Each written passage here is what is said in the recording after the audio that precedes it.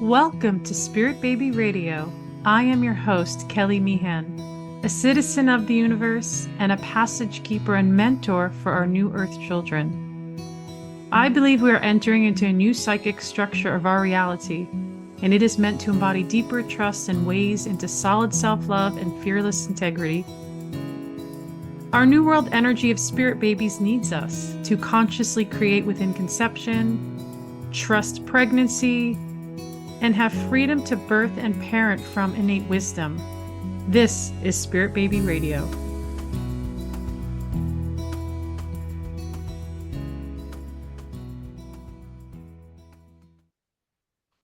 Welcome to episode 243, May 2026.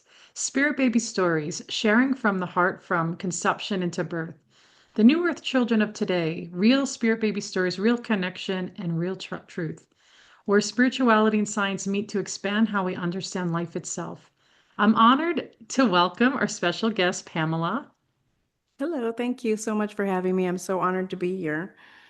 And I feel like she's an expert in motherhood and birthing in her own terms. Okay. I'm going to read a little bit here about you. Pamela, I didn't get your last name. Can you say it? Yeah, Topjian, Yeah, I wasn't going to Topjian. attempt that. Thank you for saying Topjian, yeah. Pamela Topjian is the mother of two adult children, choosing to have a midwife-attended home birth with her second baby in '93 after an unsatisfactory hospital birth of her first child at age 17. She's a survivor of childhood trauma, which led her to trauma in adulthood and finally healing after a mental breakdown. Part of the healing process was writing, and now Pamela is the author of two memoirs. She's also a former nurse who left the profession during the pandemic, now a full-time pet sitter and holistic health podcaster. Yay, Yeah. thank you for being here. Thank you. Thank you. Yes, yes. And I always like to share this is something I always do on Spirit Baby Radio is, and this is the special stories edition, like how do I meet people? And I don't believe in chance or coincidence. And Right. we were in this group, it was a really great group, a Facebook group. I really liked that group. There's so many amazing creative energies in there. Even just that alone lights me up. And Yeah. then I said, this is my podcast, which I feel like I'm the only one that does conception, pregnancy, and birth loss kind of vibes. Like I noticed that. And then we connected, and right away I was like, oh, and then I saw her podcast, I was like, oh, and then you got me when you said, hey, I home birthed in the '90s. I was like, wait, we gotta do this. Like, let's come on. Yeah, And yeah. and why I wanted that was because we were just talking a little bit before, like how our life really sculpts what comes, right? And I want to hear, well, can just kind of begin in actually tell everybody the name of your podcast and the name of your books. Yeah, so thank you so much. So, the podcast is Holistic Connections Conversations with Holistic Practitioners, and it's on most podcast platforms, and it's also on my YouTube channel, which is just my name. The books are I Didn't Come This Far to Only Come This Far, and the other one is Behind the Mask, Gloves, and Scrubs One Nurse's Journey. And both of those are on Amazon. If you put my name in the Amazon search, they'll come up quicker than if you try to put the titles in there.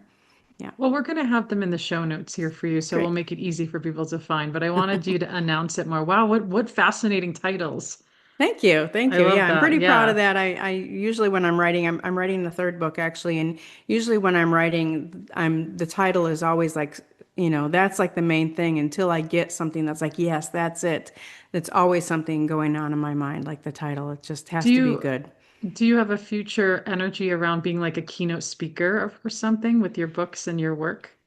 I no, I don't feel like I'm a good speaker. For somebody But you who's are a podcaster. for somebody who does you know what? I came into podcasting accidentally. I never wanted to be a podcaster. So I had my YouTube channel and I did different things on there and I decided to so I was a hypnotherapist for 5 years, stepped away from that and then that's when I decided to invite other holistic practitioners on my YouTube channel to talk about what they do and give them another place to explain what they do in their own words and help sort of dispel any misconceptions about whatever the holistic practice is that they do. And once I started having guests on, people started calling it a podcast. So that's when I thought, well, I wonder if I could get the audio on podcast platforms just to these episodes because I do other videos on my channel as well. And I thought if I can get, it just helps to spread the word a little more, right? So I looked into that, started doing that, and now I have a podcast. I love that you just said I wasn't going to be a podcaster. And then you made me think like when I set out, I'm hitting my 10-year anniversary of Ah, podcasting wow. yeah, in April. And so for me, I didn't think about being a podcaster, but I think now it's like a thing, like it's a Yeah. brand and a career. But back then I just thought, oh, I, I just thought it'd be fun to talk about things about babies and Yeah. energetic and psychic stuff. Honestly, that's how it began. And Yeah. then it was like, yeah, it's so fascinating when you said that. Yeah, I don't know if, yeah, maybe some people do set out to do that. And I Yeah. love how you're just like, okay, because I do have friends that do like, I thought they were podcasts, but they're like streamline, yeah, like Hmm. video, like what, I think we just sometimes generalize. But yours is more Yeah. official. You have that podcast, which is amazing, and your books, and the third book's in the works. That's, wonderful. But I know it's your life experience that has set you up. And we were talking a little bit Yeah. before. And what I go into is like, okay, setting the scene right now, 1993, you're having your firstborn. And then after that, you're going home birth. Kind of fill me, what is home birth in the 90s like? Because I know even 15 years ago, it was people are very scared, very judgmental. What was your experience, and why did you even feel called to do it? Yeah. So, first of all, so I felt called to do it because I had a hospital birth. Now, I was a teenager but it was very, by any standards, it would be considered a natural childbirth, even at the hospital, because it was a vaginal birth and I didn't have an epidural, I wasn't there in time to get any kind of medication. I believe they just numbed the area and that was it. And then I had my baby.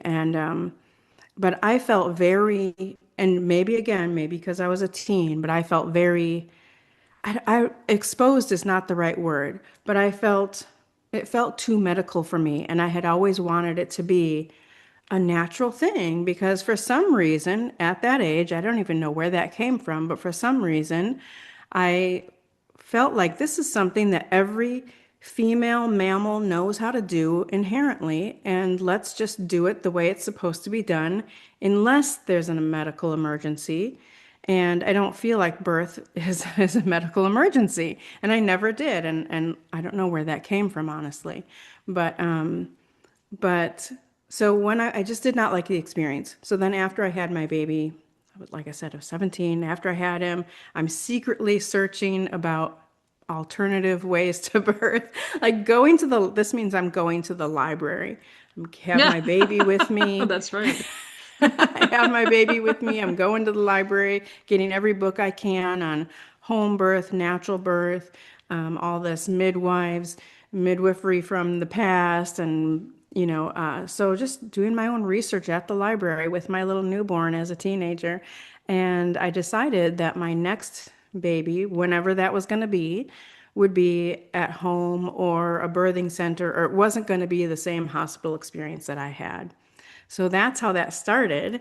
And then, so 9 years later, I am pregnant. I'm having another baby. I'm married at this point.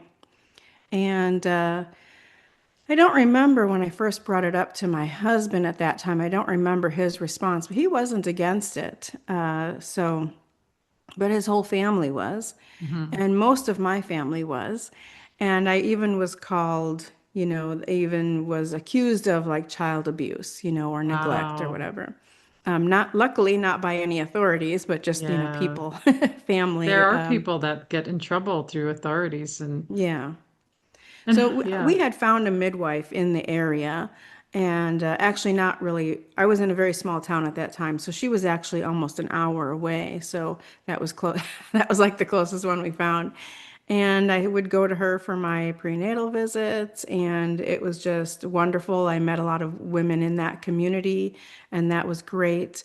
And so what we were given at that time, or what I was given, was just stacks of like VHS tapes and a bunch of books of, and the VHS tapes were women like in other countries giving birth outside or like just squatting in a row, a bunch of women giving birth. And then also more, at that time, modern home births. So it's just like one home birth after the other, kind of get your mind set on, it was almost like a hypnotic kind of a thing, to show your mind that it's possible to happen. Because we all have heard, women tell the worst horrific birth stories more so than they tell their successful, nice birth stories. So you always hear that in the background when you're pregnant. Women are hearing all these horrific birth Mhm. stories and, getting advice.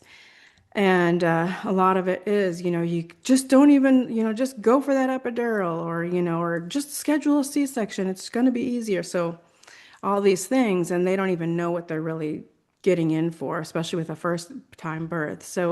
Um, so you're hearing a lot of that stuff. And so I got all these videos to watch of all these different natural and home births and outside birth, all the different ways to home birth.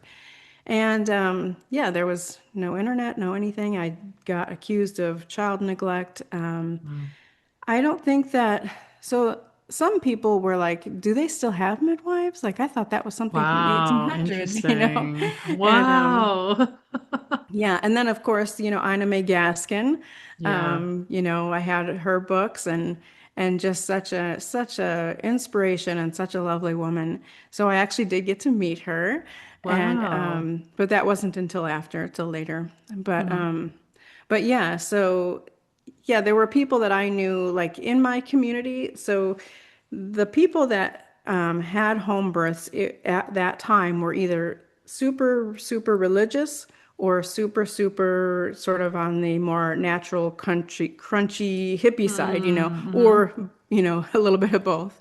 And so yeah, so that was, you know, Yeah, I can imagine. I can, I mean, I won't say I can't imagine. I could imagine because I remember even just 15 years ago with my firstborn, how I was told by actually my husband's like coworker, just I don't even know this person came up to me like you shouldn't home birth, and I was like, who are you? I don't even know yeah, who you. are Like, you? Yeah. what is your problem? And I learned to give people back their energy.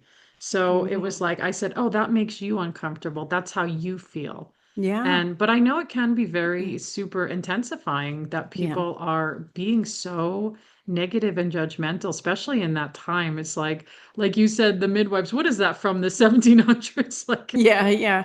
and that you had some instinct in your own heart space that said, this is nature, this hmm is natural. And but to be, yeah, I've seen that too with other things that I feel like when we try to like listen to our hearts and go in directions that are more natural, they do get attacked, which then makes Yeah. you think like that's interesting. Like even when we can even bring that down to foods, medical care, Yeah. it's like everybody has an opinion against someone else's feelings. Like when Yeah. someone's out there and they're feeding their kids McDonald's, I'm not like, hey, you shouldn't do that. Like Right. that's their Right. like you do you. Like if you think that hmm that's good stuff, it's none of my business in a sense. Right. I think we should just cancel all the McDonald's overall, but that's a whole hmm other conversation. Right. Right. Just don't have them there to begin with, and then there Right. won't be a problem. But yeah, just to be, but it was great that your husband was on your side. Like you're like, because that I Yeah. feel like is the most important. Is like he's Yeah. trusting you to go, okay, It would have been hard yeah. to handle all of that if he was against it. And and he was very controlling, so I don't know how things would Mm. have gone had he been completely against it. I think a big part of it for him was just cost because he was so like controlling and so always worried about money. And I think that a big part of it was going to be a lot cheaper for him.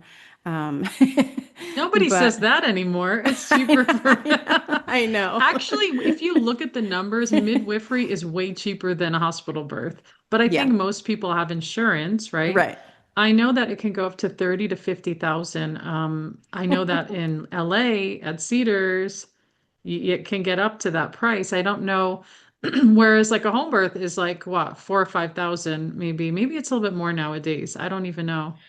I have no idea, and I was trying to remember, and I don't speak with my ex-husband at all, and I was trying to remember, and I even talked to my daughter, who's now in her 30s, Wow. to ask if she had any idea or if she could even ask her dad, and I don't think she ever did. But I was trying to remember how much it cost us, and I think it was like $100 every time I saw the midwife. Who just wrote out a Interesting. check and gave her Yeah. a hundred Yeah, dollars, yeah.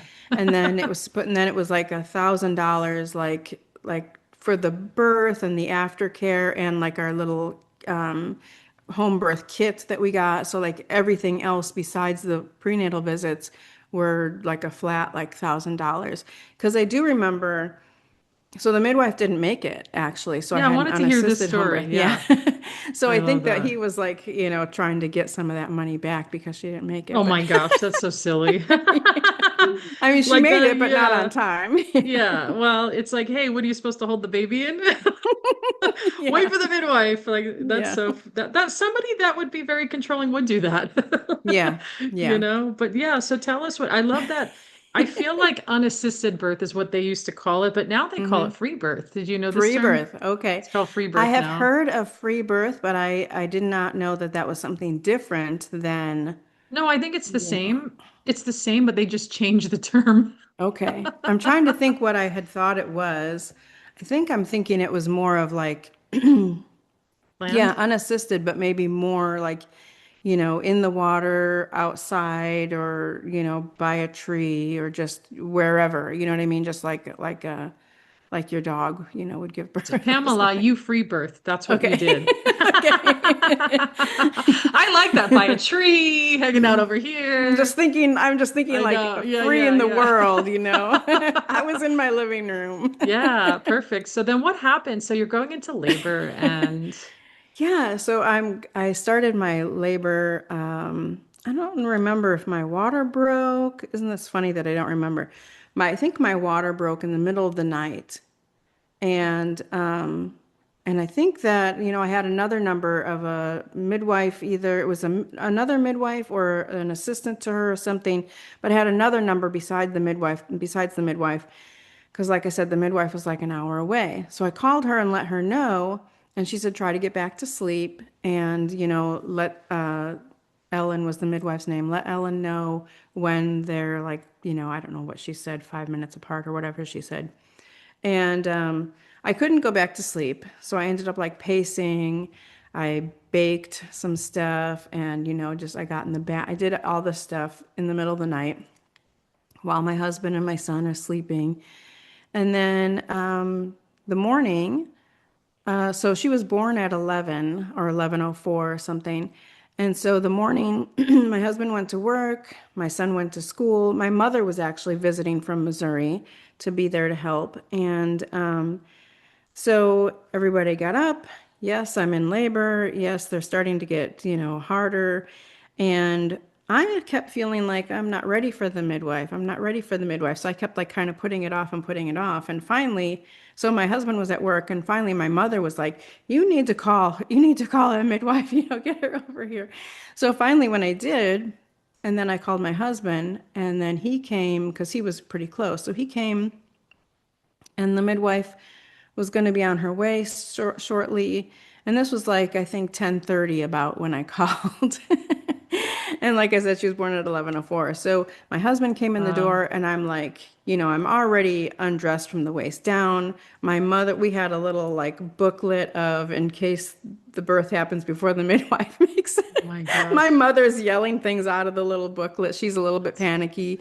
So my husband walks in. I'm like, get this, do this, do this. So I'm being like my own midwife. Wow. We need to Yeah. set this up. You need to have this ready and blah, blah, blah. But wash your hands, take a shower first.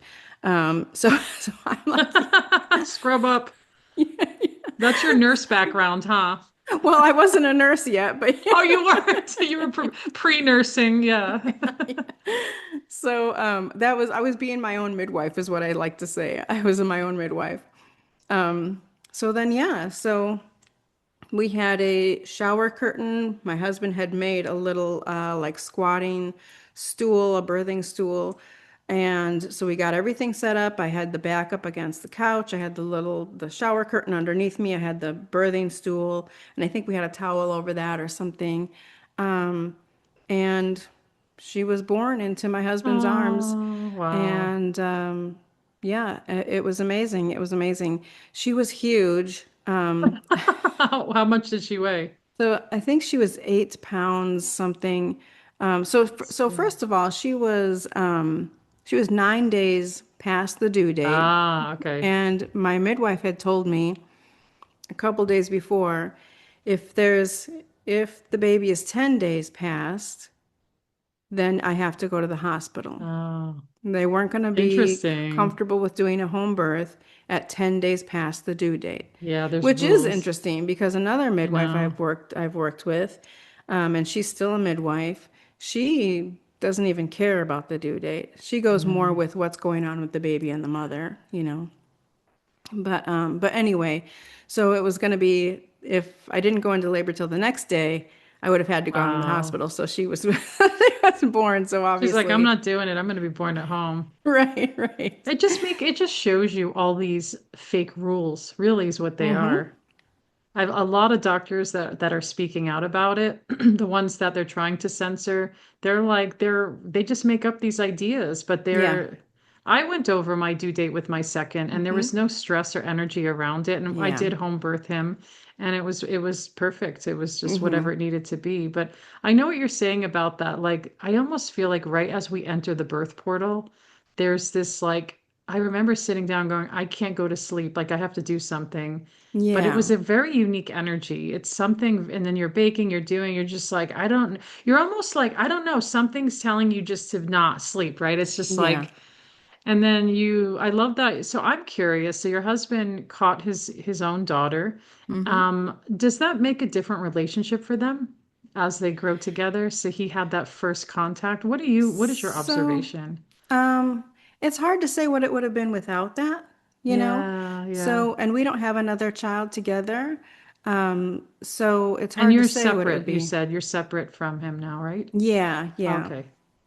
And it's been many, many years. Yeah. But but they are very close. Hmm. And I really don't think it'd be different had we had a, more typical hospital birth. They're just close. So, I that's always feel good. like that But contact that we have with the human being is really you would think, valuable you would think, from yeah. only because from my own background within birth psychology, knowing that that foundational space, what we do in those Mm-hmm. moments imprints a lot upon us. So Yeah. I'm just curious, like, because I know my husband caught our second, and they do Mm-hmm. have a very unique connection, Yeah. not like my first. So it's an Mm. observation that I have. I'm like, huh. But then, I see moms catching their own babies now, and they Right. do that a lot. Like, I couldn't have done that, but that's me. I'd be Yeah. like, let the baby slide across the floor. I was so in Right. the zone. But Yeah. some women, I see these, that's why I'm so thankful for social media, Instagram, these videos, these women Yes. are bearing literally their vaginas, but bearing their whole reality of the Mm-hmm. portal of this being coming in. And I'm just blown away all the time. It's so amazing. It's so amazing for sure. And yeah, I've had it's been like one of the best experiences of my life. I've been assisting, I've had the pleasure and the honor to assist at about 10 home births Wow. after that. And because I was apprenticing with midwives for a little while. And not right after that. It was a few years after I had my own. But yeah, it's just such What a made you want to do that? Because I felt like we were talking about in the beginning, before we started recording, I was like, more people need to know about this, Yeah. More people there needs to be more opportunity. And I thought, that I thought someday I would be a midwife. And I thought, I could do this. I looked Mm. into how to become a midwife. And at that time, I lived in Michigan, and you could become a certified midwife. And there were all these, the stuff laid out as to what you had to do. And so I thought I could do that. And I had such a, just such a, I don't know what the word is for it, just such a respect, I guess, for the midwives I had met and for what they do. And the experiences of these women were it was like a spiritual experience for sure. It was just such an awakening for them, being able to give birth naturally. And Mm, the pushback that I got from, wanting to do that, and how many horrific you hear from the hospital. yeah. And again, I don't want to say that I'm against hospital birth, but I just want people to know all their options before they make a decision. And so that was, what made me want to do that, because I thought that I could, and I thought that, it was needed, and I just wanted it to be more accessible to more people. Mm. So how old were you when you had your home birth? Remind me. I was 26. Yeah, that's what I thought. You were in your 20s. And just recently, just like a Uh, week or two ago, my husband's job, they're all in their 20s. It's like gymnastics. So they're all in their 20s. And one of the young women, I said something because I just can't keep my mouth closed a lot of times when it comes to birth. that used to be And me. yeah, I was like, and I said, you know what? I said, you guys are all in your 20s. They're all having babies now. And I go, you should all be home birthing. Like there's a no-brainer there for because I'm like, it's so easy when you're in your 20-year-old body to have a really quick, your stem cells are different, your body is not, your growth hormones didn't stop yet. And I'm like, it's a no-brainer. And then the one woman says, the young girl says, I would be scared. And I was like, oh man. I was like, no. And I said, that's okay. I said, that's because that's what we were told. Can't help it, Right. Pamela. I'm I like, that's because know. that's what we're told, and it's just commonality. But I think that's what we're doing. It's like I'm not telling them to not do that, but it's like, yeah, it's about questioning it and looking like, Yeah. oh, does this fit right in the space? And I think that it's okay to have fear in Yeah. situations, And I think that through the whole process, so you've got 9 months, right? Or even if you don't find out you're Yeah. pregnant for a few months, you've got a long time. You've got a half Yeah. a year to prepare and to learn so much about it Yeah. that it's sort of the more you know, the less you're afraid. So I Yeah, think I that like that's that. what, yeah. Yeah. I mean, it's just like, it reminds me of when I started going into nursing school. I was so scared, and I thought, I don't know anything. I can't do this. I don't know if I'm smart enough. I don't know if I can do it. And my friend said, they're going to teach you how to do it. That's why you're going to school. They're going to teach Oh you. yeah. You don't have to know Yeah, anything right yeah. now. It's like, oh, okay. Yeah, that's So how true. long did you nurse for? You mean being a Like, nurse yeah, or? being a nurse, yeah, not nursing your babies. Yeah, like how long did you go to after you graduated? Like, yeah, did you work in the hospital and So I was a nurse for 14 years before I let my wow, license okay. go. So that was from about 2007, I think. 2007 is when I started, I believe. And then I let the license go in 2021. Um, so I worked in several different places as a nurse. It never, like just 5 years in, I was already looking for something different. It never, Interesting. Yeah. yeah, it never was what I thought it would be. It was always, every place I worked was understaffed, never Mm, rightly supplied, and that only got worse.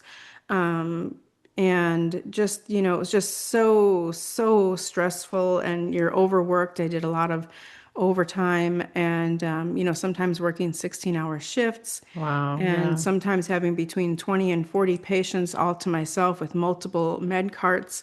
And I say all to myself, but of course I have to give props to the CNAs, the certified nursing assistants, which, were running around like ants, but we never had enough of them either. So, so yeah, I was 14 years, Wow. as a nurse. And when I gave that up, I went into hypnotherapy. And after 5 years of that, usually, kind of up to 3 years. And then I was like, this is, I sound like I'm kind of give up on things, but after 3 years, it was like, this is just too much for me. But, just trying to, it seemed like always trying to prove or always trying to Mm, convince people or, explain it away. And even now I have a hard time explaining hypnotherapy that well. It was just, such a daily grind of just trying to have that practice and do that. So I gave that up as well. And now full-time pet sitter, author, podcaster. I But didn't, yeah, I'm but I 60 think this year I too, so know. it's like Oh, it's okay wow. There to you go. kind of my inner peace is so we mentioned I had a mental breakdown at one point. Yeah. And that was since that time, my inner peace is my number one priority. So the hypnotherapy was after the mental breakdown, and so that was like, I thought that that was going to be really nice, a real nice thing to go into that I could do forever as long as I had my voice in my mind. And I didn't realize how much stress entrepreneurship would be for me and the constant marketing and everything that goes into it. And so anything that caused me more stress than, Mm. we expect a little bit of stress in our lives, and that's sometimes a good thing, actually. But it was just too much. It was just too much. But And you're like I right said, my, that, yeah, not to cut you off, but yeah, it's okay. when we've had foundational traumas and we have certain level of our nervous system lives in that fight or Yeah. flight space that we don't even know about. So I understand what you're saying. It's like where you're kind of moving into. But also I work with a lot of nurses come to me and I love nurse energy because they're strong empaths, they're Mm, feelers. And they have a like sometimes a healer quality about their heart space that's very different than others. So I can mm, see definitely a lot of nurses burn out or they're just yeah. done. Because I also have an ER doctor friend. She Hmm. was telling me all about and she's very much into that. Like she's not like against it. She's into everything of that medical model, which is very opposite of me, by the way. Right. But yet we're friends. Yeah. But she does say that the hospital is a business Right. and it Right. has to be run a Exactly. certain way. And I don't think people think of that. It's not a charity, it's not like a generosity. And I know you're not the only one that nurses have been worked to the bone, and some Hmm. at the detriment of their own mind and spirit, which is unfortunate because it's such a Very. valuable but when I think of a nurse, just from my perspective, I feel like they give so much energy and the people take a lot Yeah. because they're wounded, they're sick, they have darker energies, they don't know. Yeah. So, but for you to be in it that long, that's pretty incredible, to be honest. Yeah. And Yeah. then, moving, I think we're moving in different directions with with our lives. And mental breakdowns, do you feel like mental breakdowns can't they be like acceleration boosts into another rebirth of yourself? You're like, okay. 100%. Yeah. Absolutely. Absolutely. I mean, I am great. I needed that breakdown. I needed that to be who I am today. And I've never loved myself and loved my life more than I do right here, right Wow. now. Yeah. And I would not have been here if I didn't have that happen. I see a hair flying up there. So, so, so yeah, that absolutely, broke me open. And, I did a little video on my YouTube channel about the whole thing. Oh, I'll And have to go watch it. it's pretty much what my book is, but it was like Oh, nice. Okay. from breakdown to Yeah. breakthrough. And so it was such a huge breakthrough of me, of who I am and what I'm doing in the world. And just being fully me because I never was in my life. I don't feel like. And having that mental breakdown I almost didn't make it. It was one of the worst times in my Oh, life. It was very yeah. dark. And, but on the other side of that, life has been better and better every year since then. So, yeah. I feel like a lot of people were breaking in 2020. Was it around that time or was it before or after? So it was just before that. It was about 2017, Okay, yeah. 2016, 15, 16, kind of 17 starting to come out of Wow. it. Yeah, yeah, yeah. But that was right after my second divorce. So Mm, my first marriage was to my daughter's husband. We were married 15 years, wow. but I married again right after. And, I like to say that I jumped out of the frying pan and into the fire. It was Mm. the first marriage was toxic in its own way. The second marriage was much, much worse and Oh, abusive. wow. And so then at the end of that, I had never dealt with childhood stuff. And at the end of Mm-hmm. that, when I was finally alone, that's when I had a big mental breakdown. Wow. And I really thought that it was like, why I was so shocked and beating myself up about it. It's like, everything should be great now. You Mm. don't have anyone else to take care of. The kids have been grown for a while at that point. I'm away from that husband, the other husband. I mean, I was like, this should be, I had a good job, can take care of myself. I thought this should be awesome, but now I'm like having nightmares and now Oh, I'm, yeah. depressed and anxious and fearful and all of that and can barely take care of myself, a lot of parts of that time. So I didn't know what was going on. I didn't realize until later and through therapy. Um, then I realized all the childhood stuff. So it was like Mm. everything crashed down, and it was like my body, mind, and soul all said, okay, now's the time we can bring all this up. You're like, great. Now. I know, right? It's true. I know we were talking a little about that earlier, is the childhood stuff, because I was creeping around it very gently around your heart Mhm. space because I was like, because it's a big deal and we don't talk about like the energy of child, whether it's younger or teenage years or even just sexual assault abuse, and then you become a mother and you're pregnant and birthing, like there's so much in that. I feel like there's Yeah. even a really what's it called? There's a book. I actually have this book and I actually gave it away and then I got it, I adopted it again. It's about surviving like sexual trauma and then birthing. Because I Hmm. feel like, and I'm probably gonna have a deeper conversation on Spirit Baby Radio because I feel like I think it's minimized. Like people aren't really talking about Yeah. it, but I don't know about you, but in the world we're in now, every woman I know has been somewhat sexually assaulted, even on a Right. minor level. Like I remember walking down the street and someone grabbing my butt. Do you know what I mean? In my 20s. Yeah. And And that's a mild assault, but that's still an assault. well, and that happened when I was a kid. I mean, I went to high school in the 80s, and even before high school, it was nothing for a boy to come up and grab a girl's butt or even her bra strap or even her breast, And it was Yeah. just like, ha ha, boys will be Yes, boys. exactly. And that is assault. That's Yeah. assault. You can't go up and grab somebody, a part of their body, especially a more private part of their body. It's just horrendous to think about what used to be Yeah. like considered normal. Yeah, you're just Yeah. reminding me too. I remember being in New York City at a club and these two guys came up and they both hands went down and grabbed. I was mortified. I started jumping up and down and I ran away. Yeah. And then it's like you're just kind of scared and like protecting yourself, but it's like you said, it was almost like it's okay to do that. And so now we're coming up to a time of, I think, more empowered birthing experiences Yes. for women. And as I was telling you about the free birth, I actually do have some episodes on free birth from some women who felt like, and I think, wow, I feel like consciousness has really changed. But I know with your energy, you were kind of a pioneer, by the way.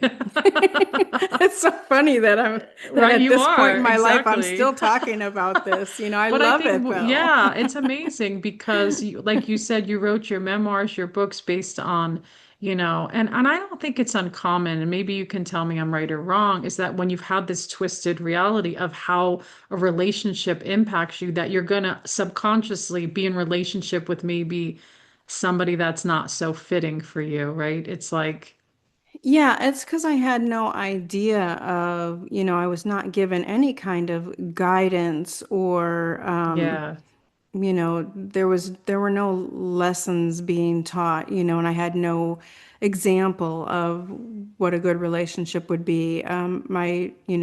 My parents divorced when I was 9. Before yeah. that, they were yelling at each other all the time, Oh, and then my dad was never around, so I didn't really have a yeah. dad in my life after that. And I had two older sisters. One was killed in a car accident when she was a Oh, teen, but um, but I was home alone all the time, and I was scared mm-mm. all the time, and I had Oh. nobody, uh, to guide me. Like I To keep mentor saying that, you. but Yeah, to yeah, mentor and model. I think we do that. Like, I feel like we go inward maybe. And I know it's generational too. You said you're going to be how old?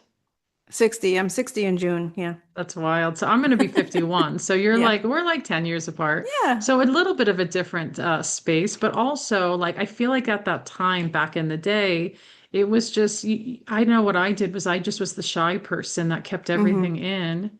and observed, but also just I also disassociated a lot Mm-hmm. because you're trying to figure out life and what that looks like and what it's about. And I know little did you know you kept following somewhere inside your heart, right? It's like you kept Yeah. following even though and it is hard. I feel like our mom and dads really set the tone of our Mm-hmm. relationships. Like, and Yeah. I laugh because I'm like, what are you going to do? Because if they have trauma, I mean, it's like, Yeah. how do you not grow up? But, and I do think we can, work really hard, obviously, to change the best we can. Yeah. And for me, it was the inner infant. Like you talk about your Mm. child stuff. Mine was the inner child of the infant.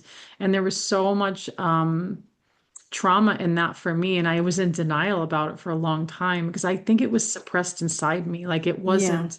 So in my 30s, it started to come out. And I was just like, and it's intense when those things come out because you're just kind of like, what is this? What's happening? But I Yeah. do feel like our body felt sense experience has that information. And it sounds like what you're sharing. Mm-hmm. It's like, all right, it's ready to like release somehow. But sometimes our brains, I feel like, oh my gosh, like it's a crisis. It's a upside down reality, but then Yeah. you fortunately get to forge through it because I know some people don't. Yeah. Yeah, and that's Yeah. the reason that I wrote my book, and it's the reason I talk about it openly on podcasts and that is because I want people to know that it's possible to come out of that. It's possible to, when you hear stories of other women, other people, going through a major mental breakdown or any kind of trauma and then Yeah. getting sort of stuck there. Yeah. So many people get in that spot and they don't know how to get out. And I didn't know how to get out. It's not a Yeah, of matter of course. knowing the steps, it's a matter of just knowing that it's possible will give you Yeah. hope to continue just to go on. So, And I think yeah, it's layered, right? Because there's so many ways we bring healing. And I know I've had layers of like, I get caught in physical sick patterns like my whole mm, life. And I'm like, it as an empath, the energy's red, but also there's this like lineage. And I'm like, so there's been like, okay, but I do believe, like you do, is we believe in people to share our stories yeah, because it shows like, wow, like that person's been through the dark night of the soul, we can yeah, say. And then that, even though I like to tell women if they're having those really deep grief or things are happening, I say, you know what? It's a season. And I know mm-hmm. it's easier said than done, Right, but it's right. like, At the time, you're like, like yeah, I'm like, every day I feel like is a new day we wake up to, yeah, right? And then we get to like I feel like I'm bringing it back to self-love, like, because I mm-hmm. don't think we're all self-loving enough to ourselves. Right. No, absolutely. No, Yeah. like everybody is so self, like nothing is good enough. This is bad. I look like this. I feel like, but it's like I started this little mantra now and it's very random that I remember, but I'm a back sleeper and my hands sometimes go here and I Yeah. say, oh, when I do this, my mind and my physical body say, I love you no matter what. So Mm. I let them like, I love you. I love you. Like really sitting with ourselves and saying that can feel very vulnerable. And some people Yeah. don't even want to say it. But I Right, was like, but right. what if we keep telling ourselves how valuable we are in this time of consciousness? We are here for a reason. We're Mm-hmm. not here to just, okay, whatever. It's like we're here to Yeah. impact the community, connect with Yeah. people from our own heart space in our own authentic way. And that's where I think people judge themselves, right? Yeah. Because it's like, I think there's so many unique people out there that can be so hard on themselves. And I'm like, they're so cool and hip and funky to me and they're like super insecure. I'm like, okay, fuck you. That's your own thing. Get over it. I know it's easier said than done because I'm Yeah. like, people I think are more phenomenal than they realize. And I think that's what Right. we're all like, you're doing your podcast, I'm doing my pods. Like, let's share because there are a lot of tragic stories. I've heard them. I've sat Mm-hmm. with clients many a years of traumas and things that I actually didn't think even existed. Like I'm like, they just put this in my reality. But then Mm. watching their beautiful energy overcome Yeah. it or their light body is so much stronger. It's like, not that I do believe we don't have to carry the feeling energy of our past. We can see it like a movie when we get to Yeah. that level. Because Yeah. if people are feeling still activated in their body, it hasn't fully released, is Right. my perception. It's like, oh, I get to look at that window someday. It's just like, oh, it's there, it happened. And Mm-hmm. it's just like that's then and this is now. So Yeah. I feel you. Yeah, and part of So when I started writing, it was a journal. It was for me to Mm. understand what happened and how I got to where I was now. It was just a journal to help me remember and help to connect those dots. So that was part of the therapy, was getting it out of me because it was all in here and I was having nightmares and I was having panic attacks even and everything, and it was all within me. So writing it, that very first time, writing it all out, Mm. I hadn't said anything to anybody other than my therapist, but writing it all out was a huge step for me for healing, for getting all of that out of me. Mm. Besides, like, having that sort of, connecting those dots and understanding how I got from there to here and that. So, besides all of that, that first book started as a journal, and it was really a big part of it was getting it out of me so I can sleep. I can, like, put that over here and now I can sleep and I can pick that back up when I'm ready to look at it again or add to it. So that's how that happened. Yeah, and Yeah, I thank you for really, creating these books because I feel like vulnerability is a big deal. It's like, yeah, am I airing out this intimate like reality? And I tend to, in the yeah, years of Spirit Baby Radio, I've hesitated on sharing some things. I'm like, I guess I'm going there, like because it does feel very like seen and very like, oh, like am I even able to hold that space that I was in that yeah, was traumatic? And I felt like not also, but like you had, that natural birth and then went to home birth. I had a home birth transfer that was very traumatic and mm-hmm, life-changing for me, my son, and my whole consciousness. I yeah, often joke and say my firstborn broke my second chakra wide open, and yeah, it was deep. And then the second one was night and day compared, and their energies are very set and different from those birth mm-hmm, experiences. Where the yeah, second one was a home birth, orgasmic, by the way, which I didn't try to do, it just happened. right, And was just in the space of so much love, and there were so many things that were different, and so I have these like completely opposite experiences. One was just, yeah, it was intense, and the other was like, expansive. And I love storytelling, and I think we all have yeah, different, really tragic and intense stories we need to hear, but we also have so many fucking beautiful, like enlightened stories, which I yeah. feel like all are welcome. So thank you for making these books for us. Oh, That's a big deal. absolutely, absolutely, Yeah. yeah, yeah. And I want to thank you for your Spirit Baby cards. Oh, that's right. You got I I got love them, yeah. it. Yeah, How so, speaking of fun. things that we might not, always talk about, and I don't even know if it's in my book. It has to be in the book, but it's something I don't talk about very much, but I think this is a good place to bring it up, is that I had a miscarriage Yeah. in with the second marriage, and I think I was either 40 or 41, and I was already 15 weeks along. So that's the Oh, time, I just started to hear the heartbeat, just started to feel oh, movement, yeah. started to tell people. But so recently too, I was going to be on a live event for sibling loss, Mm, and they market it as the grief no one talks about. And it mm. got me thinking that the grief no one talks about really is miscarriage, because so many Wow. women go through Yes. miscarriage, and we just are like, yeah, it happens to a lot of people, and there was probably something Yeah. wrong, and blah, blah, blah. And it's just kind of like shoved on the wayside. But it is a grief. That is a grief Yeah. when when you know you're pregnant and you lose the baby for whatever reason, and then there is the grief, and nobody talks about that grief. So, Well, that's my yeah. miscarriage is my specialization. I've been working Mm-hmm. with for over a decade, like weekly. I don't, Mm-hmm. very rarely do I have someone that hasn't had some kind of miscarriage or Right. stillbirth or later loss. And I love that you just said that in that way. It was so loving. Like it's the grief no one talks about. Like it's just people move on, but Yeah. that's so fascinating. Yeah. And of course we're advocating, we're still speaking about it because women still aren't fully taken care of, especially in Right. America Yeah. after loss. Like I know in other countries it's different. More in Yeah. indigenous tribes, they have more traditional ways Yeah. of bringing it in because when we have these losses that happen with women, mothers, they have to slow down their life and be with the Yeah. feelings. And I think what you're saying is like, all right, just go back to work, just go do this. Yeah. Is like, oh my gosh, like that is so terrible. Like Yeah. the women have to come up, mothers to come up to the altars of their own loss within their Yes. bodies. And I do have a lot of spirit baby episodes that go into that you are a death and life inside you, because I want people Hmm. to break that structure and look at it and be Yeah. held and loved, because I've worked with women in the middle of a session in miscarriage at times. Yeah, it's a Yeah. very different energy. And then after, of course, I have many.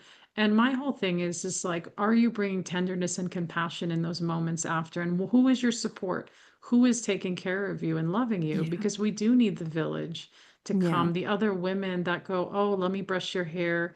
Let me feed you some food. Let's put some salve on your womb. And like your Yeah. body will heal 1,000 times quicker Yeah. with that love. Did you get to Yeah. have support after or not? Yeah. No, not at all. Not at all. Yeah. I was working full time at the time, Yeah. and I, went to work that day, and my husband at the time actually accused me of doing something, and then later accused me of like, well, I bet you weren't even pregnant, and it's like, Oh, didn't you heard shoot. the heartbeat, and I mean, like, how can you even say Yeah, that? that's So terrible. I was just really, I had no support. Yeah, no Yeah. support. Well, thank you for No, bringing yeah. bringing that up. I know we didn't get into that because I feel like I know it could be a deeper conversation, and it is Yeah. unfortunate that I know. But now you get to speak about it and say, you know Yeah. what? Like you need to take care of yourself if you have loss, and what things do you need and how do we do that? Yeah. So now I want you just to share any final words to everybody, and then yet again I'm going to say your podcast and your books and how we can get them. Yeah, thank you.